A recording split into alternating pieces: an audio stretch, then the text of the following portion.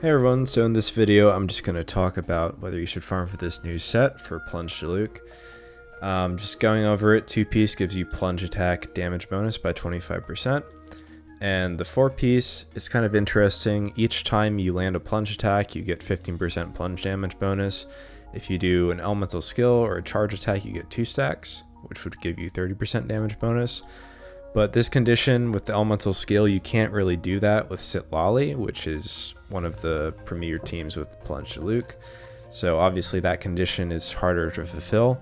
With Furina, you can mix in his elemental skill, so you can reach max stacks relatively quickly, although it won't be at max stacks. Obviously when you start your rotation, your first plunge will likely have 2 or 0 stacks still.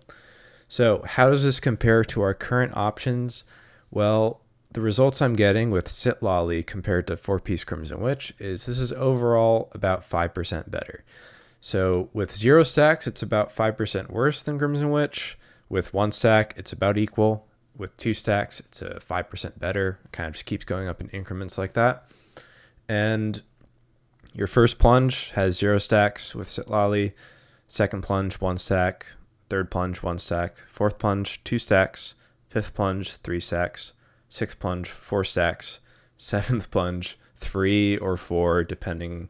I've gotten both results basically.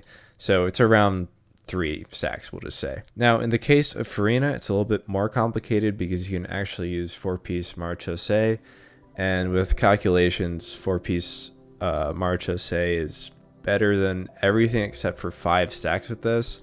So overall, it's going to be kind of a wash on paper, but I think the ceiling for this set would still be higher just because Marchose kind of puts a crunch on your crit rate overcapping. So if you have a crit rate weapon and you want to farm this set over Marchose, yeah, that makes sense.